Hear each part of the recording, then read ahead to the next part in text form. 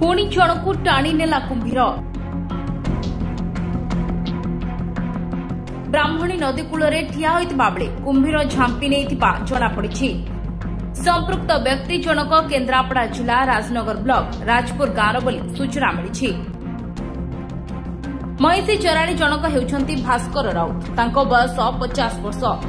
आज बाप पुओ मु बिलरे पानी मड़ाई से जो भास्कर राउत जे खाली डिंगी ओल्लै 4 हाथ खंड जाइछंती कुंभीर धरनेला आमे ताकू डिंगी जो कातरे ये पाहरे पकेया टाइम रे से बुड़े नहीं पळै गला।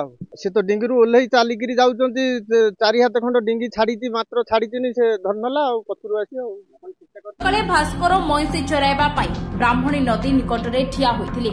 एही समय एक कुंभीर आसी भास्कर को टाणी नेथिला। प्रत्यक्षदर्शी तांको पार्टी सुनी दौड़ी आसिथिले। हेले सेते बेलको कुंभीरटी भास्कर को नई भीतर को टाणी नेथिला। डिंगी जाऊलु से महिषी चराई पहुंचला बेलू लोक उहाला कर कुंभीर एठी भासुची आ लोक माने कुरुक्षेत्र होगी देखा चाह कर।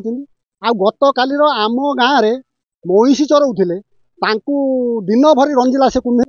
हाँ आमे बहु प्रकार चेष्टा कर बुड़े नहीं पड़ेला आम छकरे किना बसी खबर पाइली जे भसा को नहीं जाइए कुंभीर बोली। किंतु ये कथा शुणिक मन भारी मनस्ताप है। आम सब दौड़ा दौड़ी होगी आसी कि आसी से भयभीत हो डिंगी पार ही पड़े आसिले।